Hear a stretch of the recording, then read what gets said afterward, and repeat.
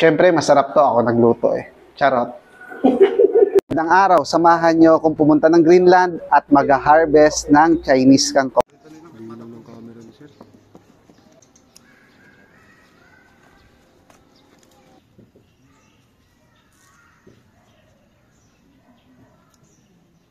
So, ayan, babanlawan na natin yung ating hinarvest para matanggal yung mga alikabok.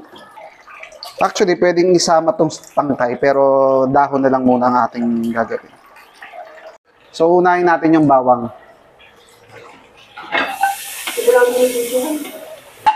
So, igigisa muna natin yung bawang. Tapos isusunod natin, syempre, yung sibuyas para mas lalo yung aroma niya, mabango.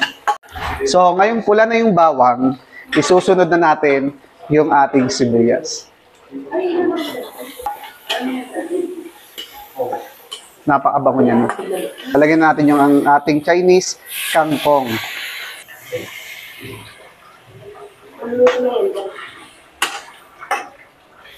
So, ito ang ating finished product ng ating Chinese kangkong with oyster sauce.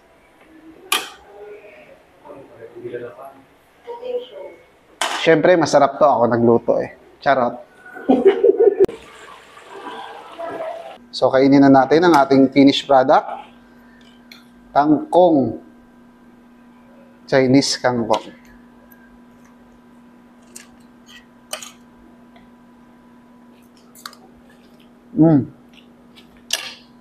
Napakasarap.